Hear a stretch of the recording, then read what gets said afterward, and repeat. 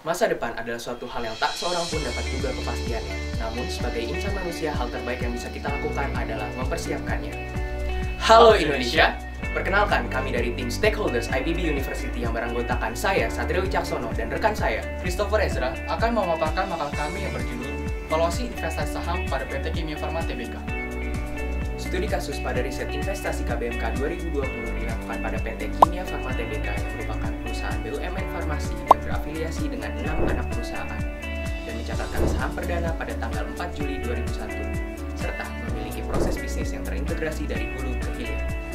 Di sini kami merekomendasikan buy untuk saham Kimia Farma dengan kode emiten KIAF berdasarkan harga penutupan 3 Juli 2020 yaitu sebesar 1.120 dengan target price sebesar 2.697 berdasarkan hasil perhitungan valuasi keuangan. Rekomendasi yang kami berikan didukung oleh pendekatan analisis ekonomi global dan lokal, tinjauan industri dan posisi persaingan, analisis keuangan, analisis perusahaan, dan risiko investasi.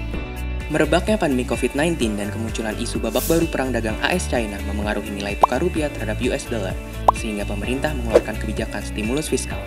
Namun menariknya, kondisi ekonomi global dan lokal yang menantang tersebut menunjukkan sentimen positif terhadap industri farmasi berkaca pada peningkatan daya beli produk kesehatan.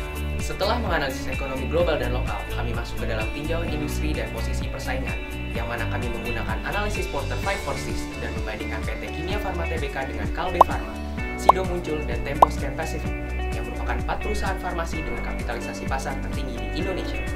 Dari hasil analisis Porter 546 mengindikasi persaingan ketat pada industri farmasi. Akan tetapi, PT Kimia Farma Tbk memiliki total aset sebesar 18,3 triliun yang dapat dimaksimalkan untuk peningkatan penjualan. Selain itu, PT Kimia Farma Tbk memiliki potensi karena merupakan perusahaan BUMN dengan afiliasi anak perusahaan dari hulu ke hilir serta telah memiliki rencana jangka panjang 2018 hingga 2022 untuk menjadi penyedia layanan kesehatan kelas dunia. Selanjutnya, metode analisis keuangan berdasarkan UCFA Institute tahun 2015 terdiri dari analisis akhir profitabilitas, likuiditas, aktivitas, dan solvabilitas. PT Kimia Farma Tbk pada tahun 2019 belum dapat memaksimalkan pengelolaan aset dan likuiditas menjadi pendapatan. Sedangkan, terjadi peningkatan beban usaha sebesar 23% dan beban keuangan sebesar 119%, sehingga terjadi penurunan laba tahun berjalan sebesar 97%. Yang berdampak terhadap penurunan rasio profitabilitas. Namun, tetap mampu melunasi hutang jangka pendek. Keadaan di tahun ke depan dapat lebih baik jika perusahaan dapat mengoptimalkan penggunaan aset, ekuitas, dan kas untuk meningkatkan pendapatan.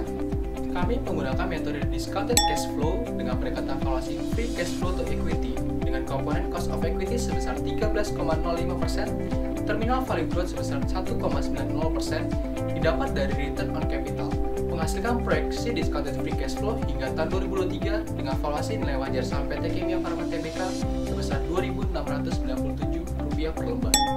Kami menggunakan metode regresi berdasarkan data tahun 2015 hingga 2019, menghasilkan peta saham sebesar 0,8182, menandakan bahwa PT Kimia Farma Tbk dengan saham defensif atau berpotensi mendapatkan return yang stabil. Peningkatan atau penurunan harga saham perusahaan akan lebih kecil dibandingkan yang dialami IHSG. Berita saham perusahaan membantu analisis volatilitas return dan mengindikasikan risiko investasi yang dihadapi investor. Kimia Farma menerapkan good corporate governance untuk memacu perkembangan bisnis, akuntabilitas, serta mewujudkan nilai pemegang saham dalam jangka panjang. Tersusun dalam pedoman tata kelola perusahaan dan memiliki budaya I-Care sebagai nilai inti perusahaan. Berdasarkan analisis tata kelola perusahaan, di tahun 2019 kinerja operasional sesuai pada rencana bisnis dengan mengakuisisi 55,7% saham PT Papros, investasi plan Banjaran, dan peningkatan penjualan sebesar 10,6%. Namun, kinerja keuangan kurang baik terutama dalam hal pencapaian laba bersih. Kami sebelumnya bekerja sama secara daring dengan menggunakan fasilitas aplikasi online. Kami menggunakan metode plan, do, check, and action dimulai dari Pembagian tugas secara merata, membaca mandiri laporan tahunan dan keuangan, berdiskusi, bertukar pikiran, memutuskan, lalu meminta masukan kepada dosen pembimbing.